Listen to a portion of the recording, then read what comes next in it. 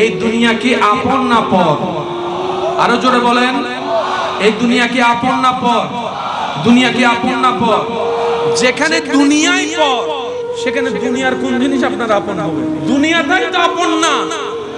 সকালে মারা যান, রাত্রের ভিতর আপনি কবরের ভিতরে, আসরের পর জানাজা, মাগরিবের পরে দাফন, এশারের ভিতর দেখবেন কোন না কোন ঘর থেকে আপনার ঘরে খাবার পাঠাইছে, একজনে দুই দিনে খাবে না, জোর করে তার হলে খা, 5 দিন পরে যেহেতু খাইতেই হবে এখন থেকে খা।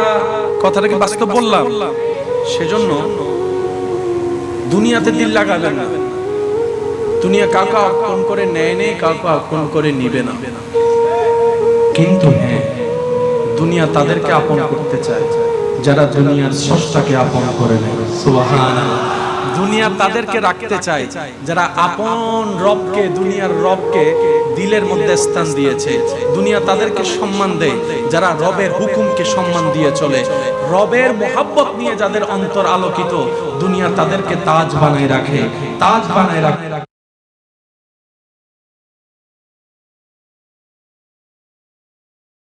সেজন্য দেখবেন আপনি একটু ঠান্ডা মাথায় নিরপেক্ষ বিচারক হয়ে যদি বিবেচনা করেন, আমাদের পূর্বপুরুষের নাম নিশানা পর্যন্ত নিজের পরবর্তী আওলাদরা জানে, দাদা পর্যন্ত নাম জানে, দাদার বাপের নাম কেউ জানে না।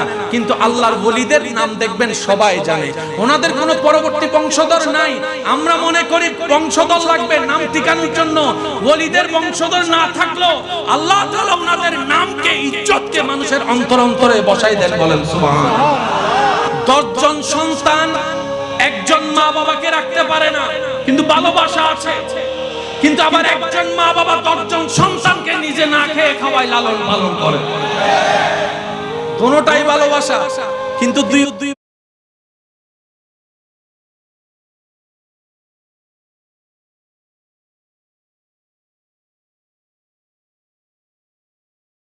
ভালোবাসার থার্মোমিটার এক নয়, দুই ভালোবাসার পরিমাপ এক নয়, দুই ভালোবাসার গভীরতা এক নয়। সন্তান মা বাবাকে ভালোবাসে, এটার অর্থ আলাদা। মা বাবা সন্তানকে ভালোবাসে, এটার অর্থ আলাদা। শাব্দিক অর্থ এক, কিন্তু পারিভাষিক সংজ্ঞা, বিস্তারিত ব্যাখ্যা ভিন্ন হয়ে যায়, ভিন্ন হয়ে যায়। তো মোহাব্বত কাকে বলে, প্রেম কাকে বলে, ভালোবাসা কাকে বলে, মাওয়াদ্দাত কাকে বলে?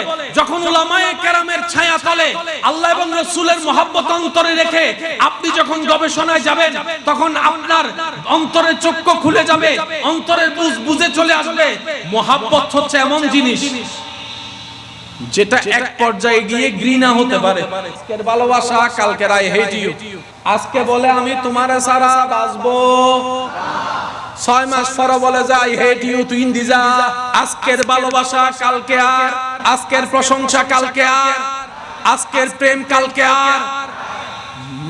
প্রেম ভালোবাসা আর মাওয়াদ্দাতের পার্থক্য কোথায়?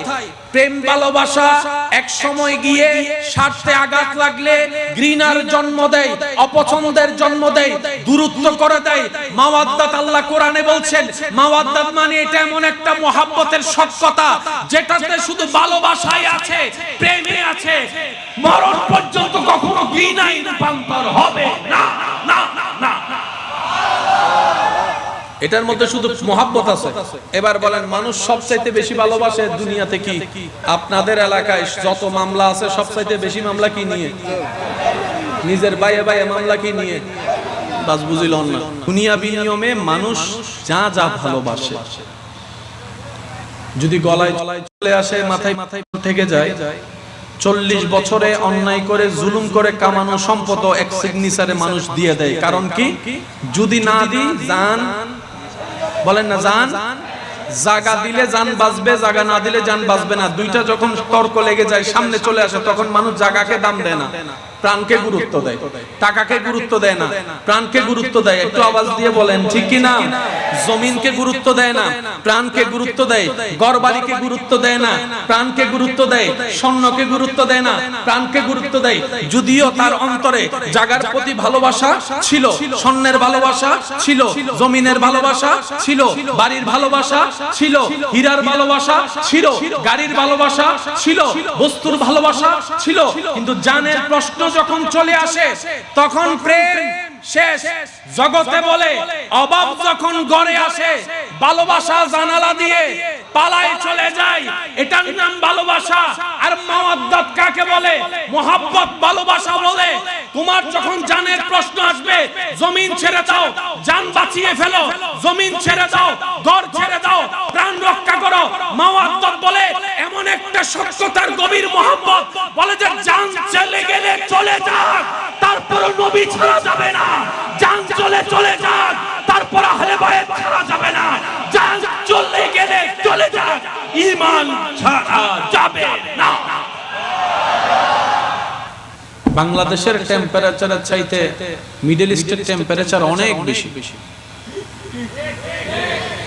এইখানে যে ছেলেটা সামান্য গরম সহ্য করতে পারতো না, কারেন্ট গেলেই বিদ্যুৎ অফিসে 14 গোষ্ঠী দোয়াই ফেলতো, সে মিডল ইস্টে জীবিকার তাকিদে গিয়ে রোদের নিচে কাজ করছে ঘন্টার পর ঘন্টা।